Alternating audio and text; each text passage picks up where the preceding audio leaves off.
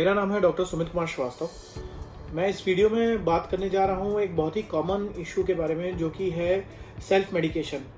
यानी कि without any prescription किसी भी फिजिशियन या कंसल्टेंट से जो आज की डेट में जो पॉपुलेशन है वो खुद से ही दवाइयाँ लेने लग जाती है और खुद से ही अपना ट्रीटमेंट शुरू कर देती है बिना किसी एक्सपर्ट से कंसल्ट किए।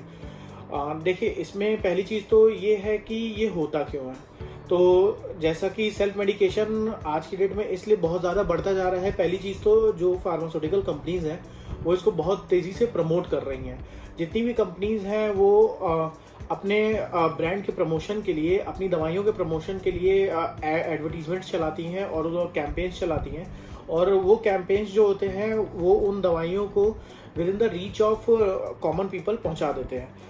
उसमें कोई बुराई नहीं है कि अगर वो अपनी चीज़ों को एडवर्टाइज कर रहे हैं, लेकिन उसकी वजह से होता क्या है कि जो आम जनता होती है वो उन चीज़ों को without any prescription over the counter जाके खरीदना शुरू कर देती है फार्मेसी शॉप से। तो वो चीज़ कभी कभी बहुत ज़्यादा नुकसानदेह हो सकती है।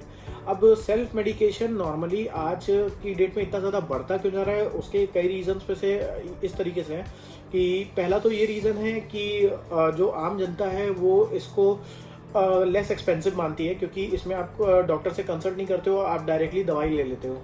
उसके बाद दूसरी चीज़ है, ये आप लेस टाइम कंज्यूमिंग भी मानते हो, क्योंकि इसमें आपको कहीं पे किसी भी डॉक्टर के यहाँ वेट नहीं करना पड़ता है।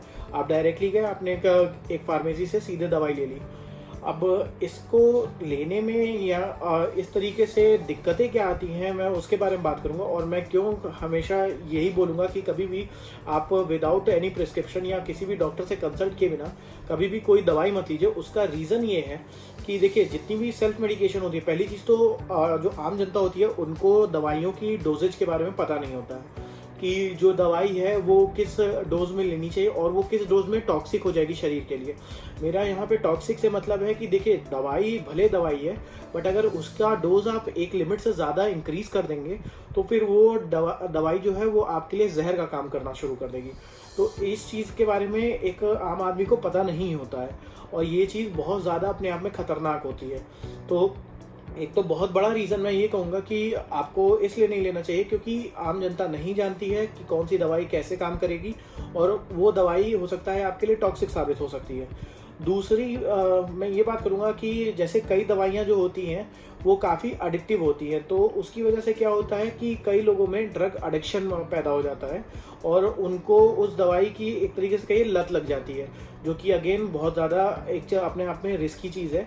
और इसके लिए मोस्ट कॉमन मैं कहूँगा जैसे आपके बेनिड्रिल सिरप हो गई या क्रोसिन सिरप हो गई, तो ये थोड़ा सा इसमें क्या है, इसमें आप जब इसको आप अगर लगातार लेते रहेंगे तो इसकी आपको थोड़ी सी लत सी पड़ जाएगी। इसीलिए कभी भी मैं इन दवाइयों को ऐसे विदाउट किसी से कंसल्ट किए, किसी फिजिशियन या कंसल्टेंट से लेने को हमेशा मना करूँगा।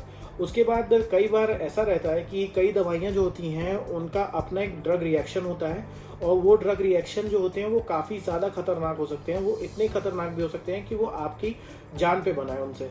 जैसे कि अगर कुछ दवाइयाँ होती हैं जिन्हें आप अगर अल्कोहल के साथ अगर कंज्यूम करेंगे तो उससे आपकी जान तक जा सकती है।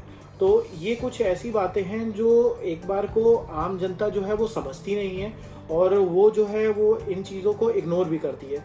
ये चीज़ काफ़ी ज़्यादा रिस्की होती है। और इसके बाद एक चीज़ जो बहुत कॉमन देखी जाती है कि जैसे अगर किसी पेशेंट ने एक बार किसी डॉक्टर को दिखा लिया तो जो डॉक्टर ने उसे मेडिसिन प्रिस्क्राइब कर दी हैं, नेक्स्ट टाइम बिना डॉक्टर से कंसल्ट किए वो उसी मेडिसिन को या उसी डोजेज को कंटिन्यू कर देता है अगर फिर से उसे कुछ दिक्कत होती है। तो देखिए, आपको ये समझना पड़ेगा कि आपका शरीर जो है उसको ज़रूरी नहीं है कि हर बार वही सेम दवाई या सेम डोजेज चाहिए हो। और ये चीज़ एक आम जनता या एक कॉमन इंसान जो है वो समझता नहीं है और वो उन्हीं दवाइयों को लगातार लेता रहता है। तो इससे क्या होता है कि कई दवाइयों से आपके अंदर रेजिस्टेंस भी पैदा हो जाती है और जो अपने आप में एक चीज़ बहुत खतरनाक है। मैं आपको एक चीज़ बताना चाहूँगा कि जैसे आज भी कई कंट्रीज़ में आपका एंटीबायोटिक के नाम पे जो फर्स्ट लाइन ड्रग है वो आपकी पेनिसिलिन यूज़ होती है। पेनिसिलिन जो है वो इंडिया में अब इसलिए यूज़ नहीं की जाती है क्योंकि पेनिसिलिन से जो इंडिया में है ड्रग रेजिस्टेंस आ गई है। ड्रग रेजिस्टेंस आने का मतलब है कि अब इंडिया में पेनिसिलिन काम नहीं कर पाती है एंटीबायोटिक की तरह। क्योंकि उसके लिए जो भी बैक्टीरियाज हैं वो सारे के सारे जो हैं वो उससे रेजिस्टेंट हो गए हैं। तो देखिए यही होता है कि अगर आप किसी भी ड्रग का अब्यूज़ करेंगे काफ़ी ज़्यादा, तो उसकी वजह से वो आपके अंदर एक तरीके की ड्रग रेजिस्टेंस भी पैदा कर सकता है, और ये अपने आप में एक बहुत ज़्यादा रिस्की बात भी है। इसीलिए हमेशा डॉक्टर्स थोड़ा सा ट्राई करते हैं कि ड्रग अब्यूज़ को रोकने के लिए, और यही रीज़न है कि जैसे कि जो भी डॉक्टर है वो आपको कोई भी लॉन्ग टर्म अगर ड्रग बोलता भी है लेने को, तो उसमें भी वो आपको कुछ दिन का गैप देता है ताकि एक जो रेजिस्टेंस है वो डेवलप ना हो। अब ये चीज़ें बहुत ज़्यादा तेज़ी से बढ़ती जा रही हैं, और इसकी वजह से धीमे धीमे जो भी जैसे एंटीबायोटिक्स हैं, अब वो धीमे धीमे इंसानों के ऊपर काम करना बंद करती जा रही हैं, जो कि अपने आप में बहुत रिस्की सिचुएशन को क्रिएट कर सकता है।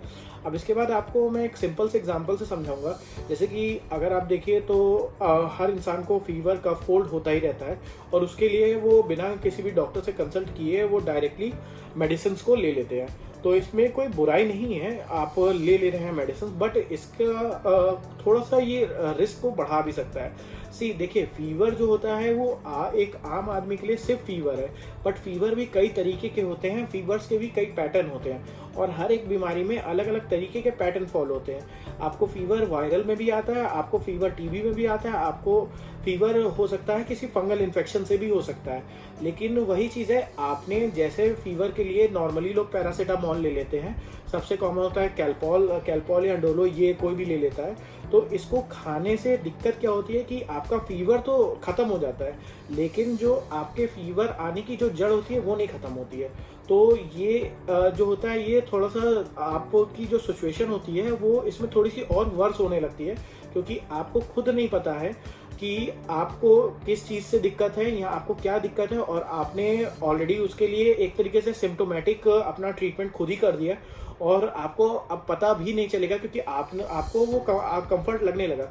अब आप डॉक्टर के पास तब जाते हैं जब वो कोई भी इन्फेक्शन जो होता है वो काफ़ी ज़्यादा बढ़ जाता है। तो मैं इसीलिए कहूँगा कि कभी भी ट्राई कीजिए और अवॉइड कीजिए सेल्फ मेडिकेशन को। अगर आपको कोई भी दिक्कत होती है तो हमेशा ट्राई कीजिए कि किसी एक्सपर्ट फिजिशियन या कंसल्टेंट से पहले कंसल्ट कीजिए, और उसके बाद ही कोई भी दवाई शुरू कीजिए। और जितने दिन की दवाई बताई गई है बस उतने दिन की लीजिएगा, ना कम ना ज़्यादा, क्योंकि हर दवाई का एक कोर्स होता है। अगर उसको आप पूरा नहीं करेंगे तो भी आपका इन्फेक्शन पूरी तरीके से सही नहीं होगा, और अगर आप उसको एक्सीड कर देंगे तो भी वो आपको नुकसान ही कर सकता है। तो इस वीडियो में मैं बस इसी टॉपिक को कवर करना चाह रहा था, और अगर आपको ये वीडियो अच्छा लगा हो तो प्लीज़ इस वीडियो को लाइक कीजिएगा, शेयर कीजिएगा, और साथ ही मेरे चैनल को सब्सक्राइब कीजिएगा। इसी के साथ इस वीडियो को ख़त्म करता हूँ। Thank you.